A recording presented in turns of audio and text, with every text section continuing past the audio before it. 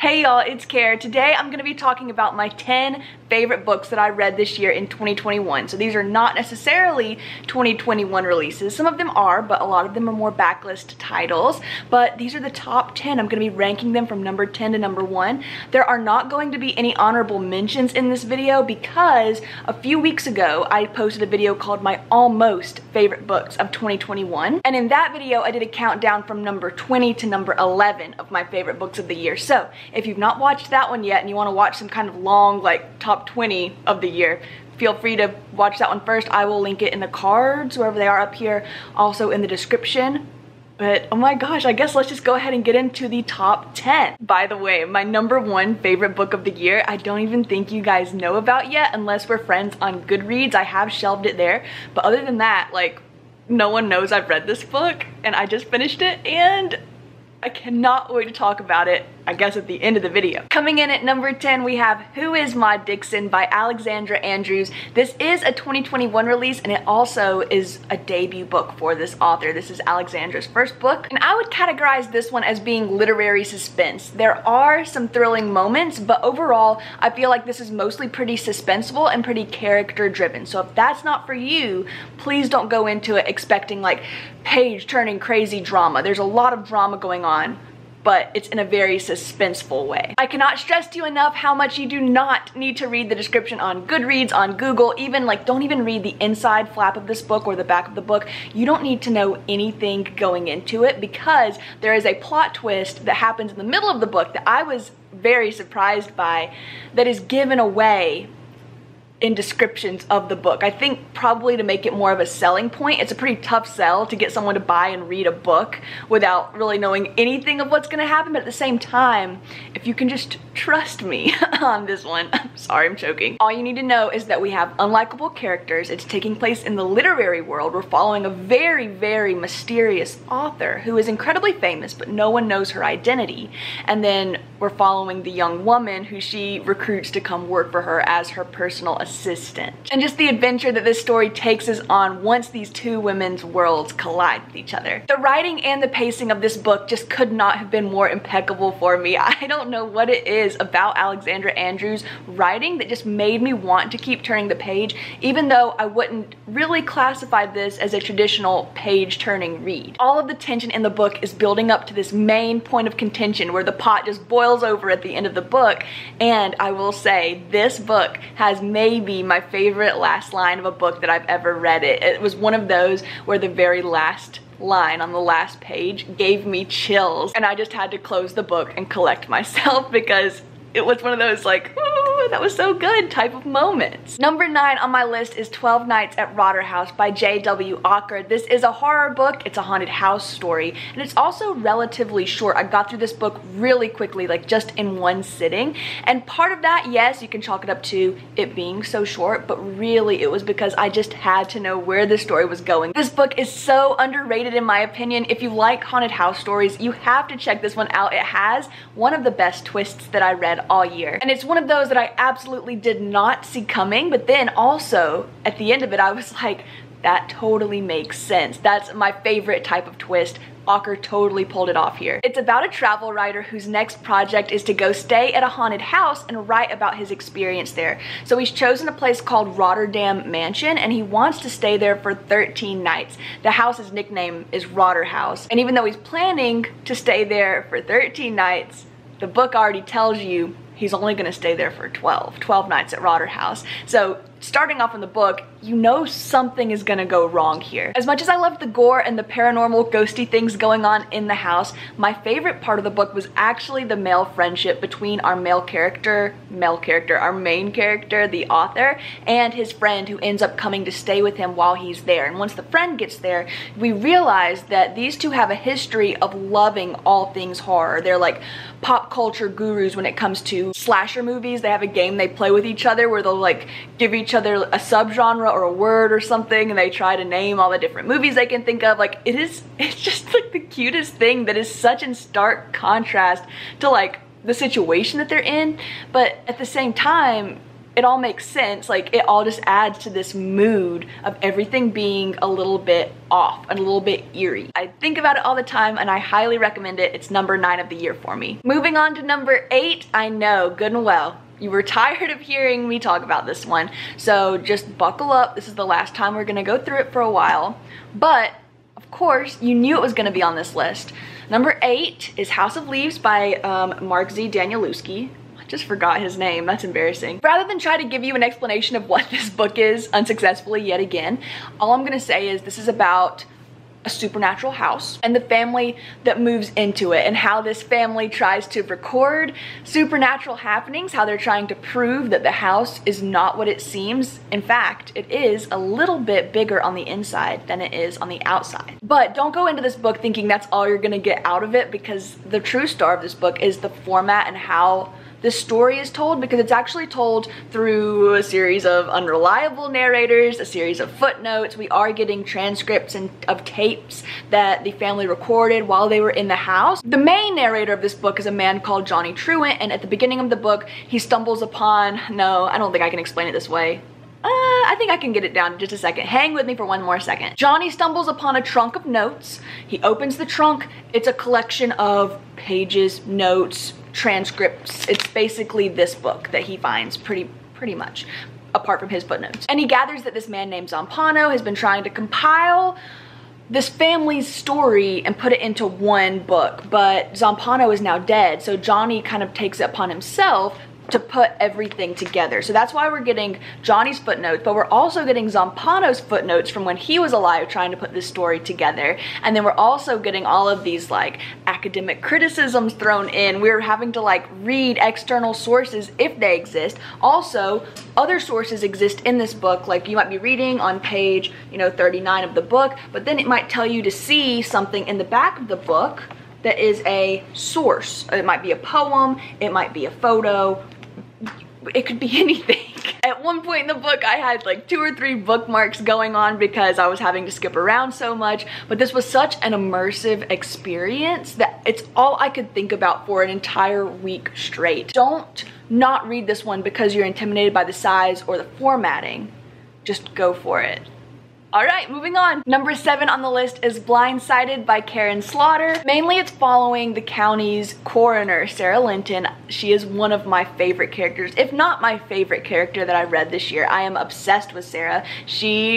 We'll get to her in a second, but she's the county coroner. At the beginning of the book, a brutal, like, nasty murder takes place, and Sarah tries to save this woman. She can't do it, so it gets kind of personal for her, and she decides that she is going to try to track this man down who has killed this woman. Sarah also has an ex-husband who is the police chief in the county, and there's a nice little will they won't they banter going on between them of, are these two gonna get back together? They definitely still have something between them, like really strong emotions, but is it love or is it hate? And I loved all of the thriller things happening, playing out with the background of them kind of going back and forth with each other.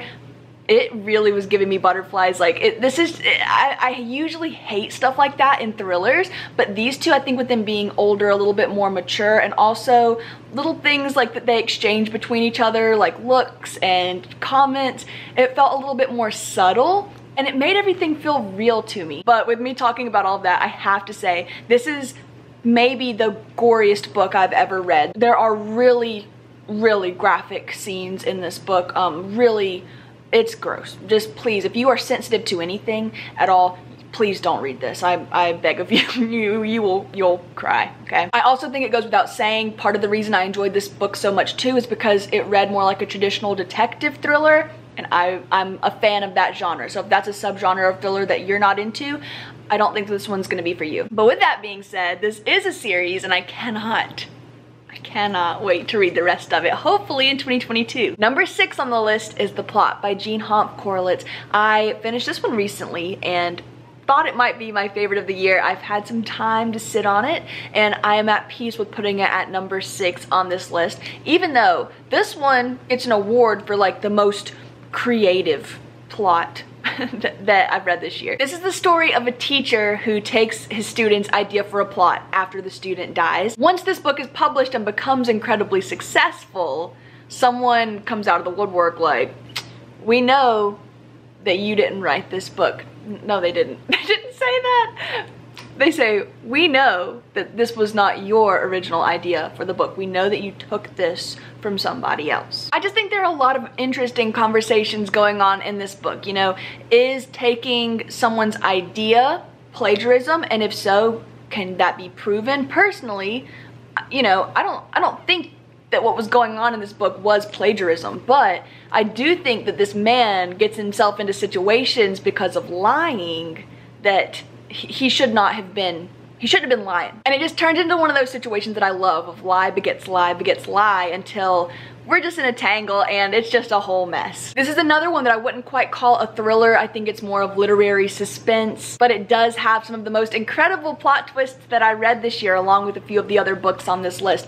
I truly did not see anything in this book coming at any point. I was just along for the ride, holding on for dear life. I really had so much fun with this one. I remember a lot of hype for this one when it first came out, and then I think it kind of dropped off a little bit. So put this one back on your radars if somehow it fell off the radar.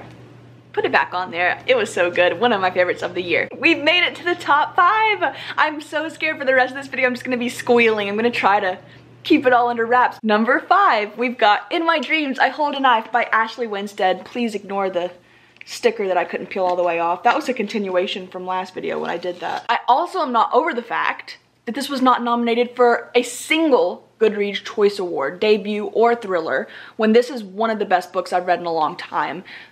I'm still mad. I digress. This is a book about Jessica Miller, and Jessica is about to go to her college reunion where she has not seen some of her friends in a really long time. Some of them she's kept up with, but not everybody. And when she was in college, she was a little bit nerdy. She was not as rich as a lot of the people who attended the school. She was there on a scholarship, and because of that, she felt like she was always doing the most to keep up with everybody. But since graduating, she has completely reinvented herself, and she cannot wait to go back and show everybody up. But readers soon find out that while Jessica and her friends were in college, one of their close friends died. And not only that, but she was murdered. And she was murdered supposedly by someone else who was in the friend group. But once all these people get back together at the reunion, they start talking about things again, and they decide that maybe the person who everyone has kind of believed to be the killer for all of this time, maybe he wasn't responsible and that it was someone else who might still be among them. This was juicy, petty drama. Every single chapter end was a little bit spoon-fed, a little too on the nose, but in the best way. Like, you know what I mean when a chapter ends and it's a little bit too good, but at the same time I was like squealing. I was so excited just to keep reading, to keep turning that page.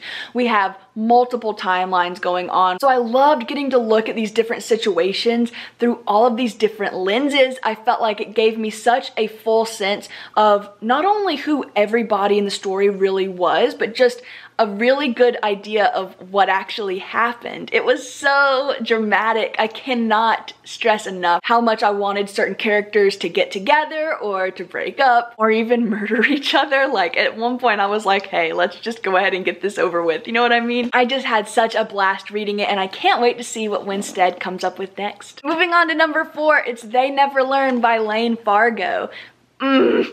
I love it. This is a dark academia thriller book, and I'm gonna call the sub-genre Good for Her Revenge. So we're on this college campus, and we're following one of the professors on the campus who is this vigilante murderer who kills men who have wronged women in some way. And then the other perspective in the book is from a student on the campus who is just trying to navigate her first year of college. I don't know whether or not I should even call Scarlett, who is the professor, morally gray. I think she's probably actually just a villain, like a bad, evil person. But in my heart, I just cannot say that about her because she's one of my favorite characters of the year. And I feel like her intentions were good. She was trying to help. She was trying to bring revenge on people who, in her mind, deserved it. Not gonna get into that philosophical argument right now. My point is just that for me, she was very likable and very easy to pull for. Okay, now we have number 3. Fun fact, I actually read They Never Learn and The Kind Worth Killing by Peter Swanson consecutively this past year. So I read them back to back, which is really funny because I feel like there are a lot of similar-ish, very loosely similar plot points that happen in these books, and I couldn't help but kind of just keep them together in my mind. So it's only fitting that they're back to back with each other on this list. This is a thriller book about a man who discloses to a stranger at the airport that he wants to kill his wife, and when he tries to shrug it off like it was a joke, this stranger, this woman that he just met, says, no, actually, let's team up, let's kill your wife. I don't want to tell you much more about the book though, because this is one I think that the more blind you go into it, the more you're going to be shocked with each little twist. There are so many, I don't want to call them twists, but there are so many hard left turns in this book where I didn't know what was coming next, and as soon as I kind of got an idea of, is that where this is going?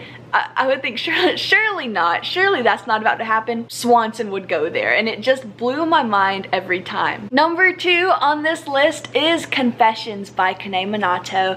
I have so much love in my heart for this book and for Minato as an author, and this book is so genuinely shocking. I don't know, I don't want to overhype it because I feel like I already have. This is a very quiet suspense type book, like more of a psychological thriller. So I don't want you to like go into it being like, oh, I thought this was going to be way more shocking and bloody and gory, something like that. No, this is a terrifying book. This is one of the most terrifying books I've ever read, but in a very subtle way. This is very toned down, but at the same time dialed all the way up to 1,000,000. Also, I might add that this is the only book that I tabbed this year. So far, last year the only book that I tabbed was It by Stephen King, and then this year the only book I felt compelled to tab was Confessions by Kane Minato. This one, I just tabbed every time that my jaw dropped. So as we can see here, I've got 6 tabs. I was left speechless at least 6 times in reading this like 230-page book. It was crazy. This book starts off in a classroom, and we're hearing this teacher's final lecture. We know that she is about to leave. She's quit her job, and as she's talking to her students, we learn that her daughter has recently died. But as the lecture continues, the teacher has a moment where she stops, she looks at her students, and she says, I know that my daughter's death was not an accident. I know that 2 of you are responsible for her dying. And this isn't like some adult daughter, not that that would be any better, but like this is a little girl, like a little, I want to say like 6-year-old girl, 4-year-old, 4 years old. And these kids in this book are somewhere between like, in America, I would say maybe like 8th to 10th grade. They're pretty young. So why, like, they can seem so young, like such kids, but also be capable of something like this horrendous murder. This book is told in 6 chapters, and each chapter is from a different perspective. And with that, each chapter is a completely new character study. It is so psychologically intense. I could not put this book down. It was so good, and I can't tell you anything else about it because there are so many turns in this book where I'm thinking, is that really what's going on here? And yeah, it is. That's happening. This was nearly my number 1, very nearly my number 1, but settled on a nice little number 2 for Confessions. Okay, my number 1 favorite book of the year. You guys haven't seen it yet. I'm nervous. Okay, hear me out. It's called American Kingpin by Nick Bilton.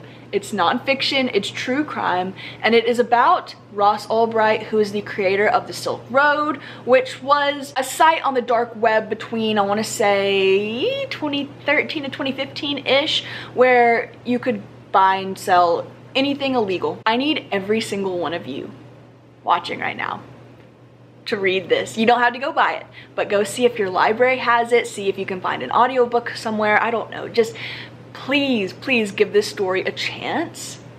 It is, I don't even want to say it's my number 1 favorite book of the year. Besides A Little Life, this is the best book I've ever read, and it's nonfiction. And please, as a disclaimer, I have to say, I don't read a ton of nonfiction. I do love true crime, but this story,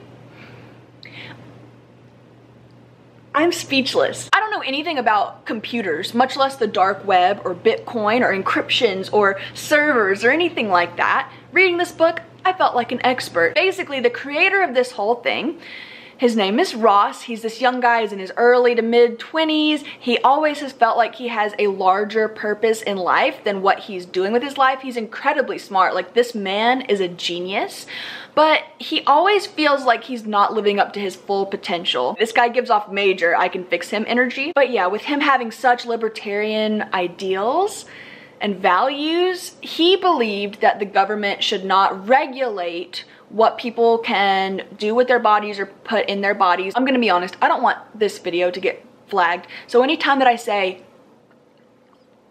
okay, I'm gonna have to like censor it out. So you know what I'm talking about. I'm just gonna call them illegal things, all right?